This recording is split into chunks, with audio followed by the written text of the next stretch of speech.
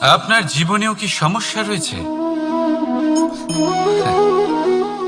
অবশ্যই থাকবে। প্রত্যেকের জীবনেই সমস্যা থাকে। প্রত্যেক মানুষ জিজ্ঞাসাও করেন যে এই সমস্যা আসলে কি আর কেন আসে এ জীবনে। আপনাকে একটা কথা বলে দিই যে সমস্যা আসলে সেটা নয় যা আপনার পথে বাধা সৃষ্টি করে, বরং সমস্যা হলো সেটাই যেটা আপনি তখন দেখতে পান যখন আপনার একাগ্রতা আপনার পথ থেকে, আপনার লক্ষ্য থেকে সরে যেতে থাকে। আর এই সমস্যাগুলি দূর করার জন্য, এর সমাধান করার জন্য একটাই পথ আছে। নিজের সমস্ত ভাবনা আরো একবার একাগ্র করুন নিজের পথের দিকে, নিজের লক্ষ্যের দিকে।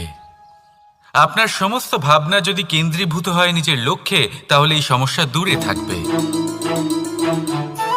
যদি এরকম না হয়, যদি আপনার মন একটু অন্যদিকে চলে যায়, তাহলে এই সমস্ত সমস্যা আবার সামনে চলে আসে আর বাড়তেও থাকে। দেখুন, যেখানে আপনার লক্ষ্য রয়েছে, বান যদি সেখানেই চালাতে হয়, তাহলে দৃষ্টি তো সেদিকেই রাখতে হবে। তবেই তো আপনি সেই লক্ষ্য ভেদ করতে পারবেন। সেই জন্য মনে রাখবেন, সর্বদা লক্ষ্য রাখবেন নিজের পথে, সেই পথেই সামনে এগোতে থাকুন নিজের লক্ষ্যের দিকে।